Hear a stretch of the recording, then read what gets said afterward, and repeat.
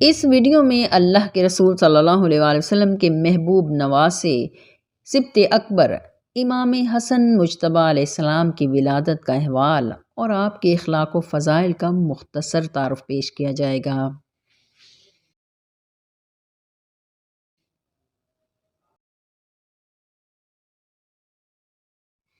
بسم اللہ الرحمن الرحیم، صلی اللہ تعالی علی حبیبہ محمد وآلہ وسلم۔ انما یرید اللہ لیذھب عنکم الرجس اہل البیت ویطہرکم تطہیرا۔ قرآن مجید میں ارشاد باری تعالیٰ ہے، اس نے دو سمندروں کو چھوڑ دیا کہ آپس میں مل جائیں، تاہم ان دونوں کے درمیان ایک آڑ ہے جس سے وہ تجاوز نہیں کرتے، پس تم اپنے رب کی کون کون سی نعمت کو جھٹلاؤ گے؟ ان دونوں سمندروں سے موتی اور مرجان نکلتے ہیں، پس تم اپنے رب کی کون کون سی نعمت کو جھٹلاؤ گے؟ روایت ہے کہ حضرت ابوبکر صدیق نے پوچھا، یا رسول اللہ صلی اللہ علیہ وآلہ وسلم، دو دریا کون سے ہیں؟ تو جواب میں ارشاد فرمایا، مرج البحرین، یعنی دو دریا سے مراد ولایت کا دریا علی المرتضیٰ ہیں اور عصمت کا دریا فاطمہ ہیں، اور یہ دونوں علم کے دو گہرے سمندر بھی ہیں، اور برزخ میں خود محمد صلی اللہ علیہ وآلہ وسلم ہوں۔ دونوں دریاؤں سے پیدا ہونے والے موتی حسن مجتبیٰ ہیں اور مرجان حسین ہیں۔ میرے اہل بیت کی مثال کشتی نوح کی مانند ہے، جو اس میں سوار ہو گیا نجات پا گیا، اور جو اس میں سوار نہیں ہوا ان سے دور ہوا وہ غرق ہو کر ہلاک ہو جائے گا۔ ایک مرتبہ حضور پاک صلی اللہ علیہ وآلہ وسلم مسجد نبوی میں تشریف فرما تھے، صحابہ کرام بھی موجود تھے۔ حضرت جبرائیل علیہ السلام حاضر ہوئے، سلام عرض کیا اور جنت کے ریشمی کپڑے کا ٹکڑا خدمت اقدس میں پیش کیا۔ اس پر لکھا ہوا تھا، حسن ابن علی ابن ابی طالب سبط رسول کی پیدائش 15 رمضان المبارک 3 ہجری جمعۃ المبارک بعد از نماز ظہر سبط اکبر امام حسن مجتبیٰ علیہ السلام اس دنیا میں تشریف لائے۔ کائنات میں امام حسن مجتبیٰ پہلے نسبی سید ہیں۔ ولادت کے فوراً بعد آپ کی والدہ سیدہ فاطمہ الزہرا بتول بھی جائے نماز پر تھیں اور آپ بھی جائے نماز پر تھے، یعنی کائنات کے پہلے پیدائشی نمازی امام حسن مجتبیٰ ہیں۔ جب آپ کی ولادت کی خبر حضور پاک صلی اللہ علیہ وآلہ وسلم کو مسجد نبوی میں ملی تو آقا علیہ الصلاۃ والسلام اٹھے اور تیز تیز قدم مبارک سے چل کر سیدہ فاطمہ کے گھر پہنچے۔ صحابہ کرام پیچھے پیچھے تھے۔ ختمی مرتبت حضور علیہ الصلاۃ والسلام کی کملی نیچے زمین پر لگ رہی تھی۔ گھر آ کر سیدہ زہرا کو پیار کیا۔ حسن مجتبیٰ خدمت اقدس میں لائے گئے تو خوشی و مسرت حضور صلی اللہ علیہ وآلہ وسلم کے چہرہ مبارک سے ظاہر تھی۔ نانا نے انہیں اپنی آغوش میں لے کر پیار کیا، دائیں کان میں اذان دی، بائیں کان میں اقامت کہی، اور پھر اپنی زبان مبارک بچے کے منہ میں ڈال دی اور فرمایا، یا اللہ اس کو اور اس کی اولاد کو اپنی پناہ میں رکھنا۔ پھر علی المرتضیٰ سے فرمایا، بچے کا نام حسن اللہ کے حکم سے رکھو۔ یہ نام پہلے کسی کا نہیں تھا، اللہ کی غیرت نے گوارا نہیں کیا کہ یہ نام پہلے کسی کا ہو۔ حسن اور حسین دونوں جنت کے نام ہیں۔ اللہ نے دونوں نام اپنے حسن کی چادر میں چھپا کر رکھے تھے۔ امام حسن کی ولادت کے بعد سب سے پہلا عقیقہ نبی مکرم نے امام حسن کا کیا اور سر کے بال منڈوا کر بالوں کے وزن کے برابر چاندی کا صدقہ کیا، اور اسی ماہ رمضان المبارک کے اختتام پر پہلی عید الفطر ادا کی گئی۔ روایت ہے کہ ایک بار آپ صلی اللہ علیہ وآلہ وسلم مسجد نبوی میں نماز پڑھا رہے تھے۔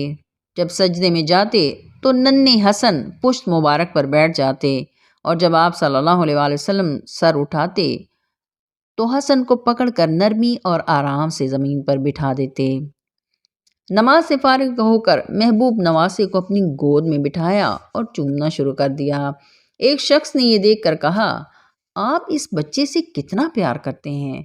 تو نبی رحمت صلی اللہ علیہ وآلہ وسلم نے فرمایا، یہ میرا پھول ہے۔ ایک اور مرتبہ ارشاد فرمایا، حسن جھولے میں بھی لوح محفوظ کا مطالعہ کرتا ہے۔ پھر فرمایا، میں حسن کو اپنی وجاہت اور ہیبت عطا کرتا ہوں۔ حضرت انس بن مالک فرماتے ہیں کہ امام حسن سے زیادہ کوئی شخص نبی کریم صلی اللہ علیہ وآلہ وسلم سے مشابہ نہیں تھا۔ آپ انتہائی خوبصورت، حد درجہ خوبرو اور حسین تھے۔ امام حسن خود فرماتے ہیں کہ جس نے محمد صلی اللہ علیہ وآلہ وسلم کو دیکھنا ہو وہ مجھے دیکھ لے۔ آپ بڑے بردبار، پرہیزگار اور صاحب علم و فضل تھے۔ اللہ کے رسول صلی اللہ علیہ وآلہ وسلم نے ارشاد فرمایا، حسن سردار ہیں، حسن کو میں اپنی سرداری دے کر جا رہا ہوں، یعنی جہاں تک میری سرداری ہے وہاں تک امام حسن سردار ہیں۔ ایک بار نبی رحمت صلی اللہ علیہ وآلہ وسلم نے فرمایا، اے اللہ، میں حسن سے محبت کرتا ہوں، تو بھی اس سے محبت فرما۔ اور ایک اور موقع پر ارشاد فرمایا، جس نے حسن کو اذیت دی اس نے مجھے اذیت دی، جس نے مجھے اذیت دی اس نے اللہ کو اذیت دی۔ صوفی بزرگ سید غوث علی شاہ تذکرہ غوثیہ میں لکھتے ہیں کہ حضرت امام حسن کا لنگر خانہ بہت بڑا تھا، انواع و اقسام کے کھانے پکتے اور غرباء و مساکین کھاتے۔ روایت ہے کہ یمن کا ایک تاجر مدینہ آیا، فاصلہ زیادہ تھا، سفر کی تھکان اور بھوک پیاس نے بہت تنگ کیا، تو مدینہ داخل ہونے سے پہلے تاجر نے کھجور کا ایک باغ دیکھا۔ وہ باغ میں داخل ہو گیا تو دیکھا کہ ایک بوڑھا مالی وہاں کام کر رہا ہے۔ اس نے سلام کیا تو مالی نے سلام کا جواب دیا اور پوچھا، بھوکے ہو؟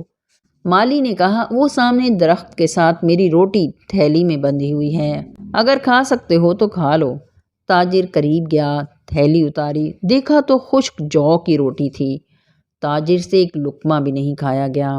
مالی نے یہ دیکھ کر کہا، وہ سامنے شہر مدینہ ہے، وہاں ہر وقت لنگر چلتا ہے، پوچھ لینا کہ حسن کا لنگر خانہ کہاں ہے۔ تاجر چلا گیا اور مقررہ جگہ پہنچ گیا۔ راستے میں سوچتا رہا، اگر گوشت کے سالن کے ساتھ روٹی ملے تو مزہ آ جائے۔ جب لنگر خانے پہنچ گیا تو وہاں بہت سے لوگوں کو کھانا کھاتے دیکھا۔ ایک برتن میں سے سالن ڈال کر دیا جا رہا تھا اور دوسرے برتن سے روٹیاں نکال کر دی جا رہی تھیں۔ وہ بھی بیٹھ گیا۔ جب اس کی باری آئی تو یکدم ایک نہایت خوبصورت جوان آیا۔ تاجر نے دیکھا تو سوچنے لگا، باغ والا بوڑھا مالی جوانی میں ایسا ہوگا۔ اس جوان نے کھانا تقسیم کرنے والے سے کہا، اسے یہ کھانا مت دو، میں نے اس کے لیے گوشت بنوایا ہے۔ کچھ دیر بعد گوشت کا سالن آ گیا، وہ تاجر کھانے لگا۔ اس نے سوچا، باغ کے مالی کے لیے بھی گوشت روٹی لے جاؤں۔ چنانچہ وہ ایک لقمہ خود کھاتا، دوسرا ایک طرف رکھ لیتا۔ اس جوان نے دیکھا تو پوچھا، یہ کیا کر رہے ہو؟ پیٹ بھر کر کھاؤ، جاتے ہوئے اونٹ لاد دیں گے۔ اس نے جواب دیا، بات یہ ہے کہ میرا ایک ساتھی مالی باغ میں کام کر رہا ہے، اس کے لیے لے کر جاؤں گا۔ اس جوان نے پوچھا، کون سا باغ ہے اور کہاں واقع ہے؟ تاجر نے تفصیل بتائی تو اس جوان نے کہا، جب چلتا ہے تو دو عالم کو چلاتا ہے وہ مالی، خود بھوکا ہے مگر اوروں کو کھلاتا ہے وہ مالی۔ احسان کی عادت اسی در سے چلی ہے، میں حسن ہوں اور وہ میرا بابا علی ہے۔ اگر آپ لے کر بھی جائیں گے تو وہ یہ کھانا نہیں کھائیں گے۔ امام حسن نے 25 حج پیدل کیے تھے۔ ایک مرتبہ آپ طواف کر رہے تھے کہ دوران طواف ایک سائل آیا اور کہنے لگا، میں قرض دار ہوں، قرضہ وصول کرنے والے تقاضا کر رہے ہیں، بہت مشکل میں ہوں، میری مدد فرمائیں۔ امام نے فرمایا، میں اس وقت طواف کر رہا ہوں، طواف کے بعد بات کر لینا۔ اس نے عرض کیا، ابھی آپ میری سفارش کر دیں کہ وہ لوگ مجھے تنگ نہ کریں۔ چنانچہ امام حسن طواف چھوڑ کر اس کے ساتھ چل پڑے اور ان لوگوں سے اس شخص کے لیے سفارش کی کہ کچھ اور وقت دے دیں، یہ شخص رقم لوٹا دے گا، اور پھر واپس تشریف لا کر طواف مکمل کیا۔ میمون بن مہران آپ کا ایک صحابی وہاں موجود تھا۔ اس نے عرض کیا، یا امام، آپ نے طواف چھوڑ دیا تھا؟ فرمایا امام حسن نے، میں نے اپنے نانا رسول خدا صلی اللہ علیہ وآلہ وسلم سے سنا ہے کہ جو شخص کسی مسلمان کی حاجت روائی کے لیے جاتا ہے تو اللہ اس کے تمام اعمال میں 9000 سال کے روزے اور 9000 سال کی رات کی عبادت کا اجر لکھ دیتا ہے۔ طواف پہلے نفل تھا، اب واجب ہے۔ روایت ہے کہ ایک بار کچھ لوگوں کے درمیان 2-3 لوگوں نے امام حسن کے بارے میں گستاخی کی اور نازیبا الفاظ کہے تو امام حسن کے چہرے پر جلال آ گیا اور فرمایا اگر ہم چاہیں تو عراق کو شام کر دیں اور شام کو عراق کر دیں، عورت کو مرد کر دیں اور مرد کو عورت کر دیں۔ ایک شام کا رہنے والا شخص اٹھا اور مذاق کے انداز میں کہا یہ کیسے ممکن ہے کہ آپ عورت کو مرد اور مرد کو عورت کر دیں؟ امام حسن کے چہرے پر جلال حیدری نمودار ہوا اور فرمایا شرم نہیں آتی بے پردہ مردوں کے ساتھ کھڑی ہو؟ اور وہ یکدم عورت بن گئی۔ اپنا یہ حلیہ دیکھ کر وہ گھبرا گئی اور بھاگنے لگی تو ایک شخص نے اسے کہا اب کبھی مذاق نہ کرنا۔ پھر امام حسن نے فرمایا عرش میرا مسند نشین ہے، نانا میرا ضمیر ہے، علی المرتضیٰ میرا امیر ہے، زمانے کا امام حسین میرا وزیر ہے اور جبرائیل میرا فقیر ہے۔ لوح جہاں پہ فکر کی معراج کا نام، لکھا ہے پنجتن کی حسین انجمن کا نام۔